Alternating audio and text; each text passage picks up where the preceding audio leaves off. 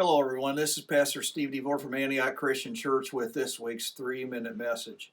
Today's thoughts are taken from this week's sermon, which you can watch in its entirety on YouTube. Have you ever wanted to be rich?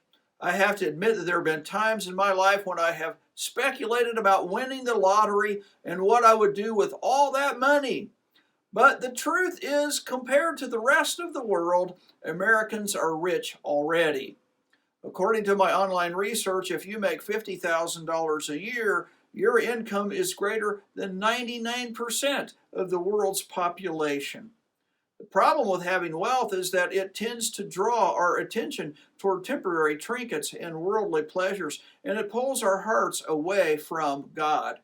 This problem is so great and so common that Jesus said, "Truly, I tell you, it is hard for someone who is rich to enter the kingdom of heaven."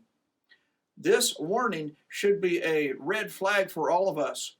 But don't be discouraged, because God's grace is greater than our weaknesses and our temptations. In this week's sermon, we learned about Zacchaeus, a tax collector who was a very rich man. And yet Zacchaeus overcame his love for money and made a new beginning for himself. He broke the grip of greed on his life by doing 3 things. First of all, Zacchaeus sought out Jesus. That is, Zacchaeus wanted to see who Jesus was. Because he was very short, Zacchaeus climbed the sycamore fig tree to get a closer look at Jesus. Today, we don't need to climb trees to learn more about Jesus. All we have to do is read what Jesus said and what he did, as it's recorded in the Bible. Second, Zacchaeus surrendered his life to Jesus.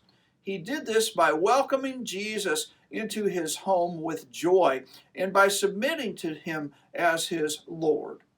Is Jesus welcome in your home? Are you willing to obey him as your Lord, which means allegiance to him as your master? Third, Zacchaeus was able to break the grip of greed because he decided to serve Jesus with his money.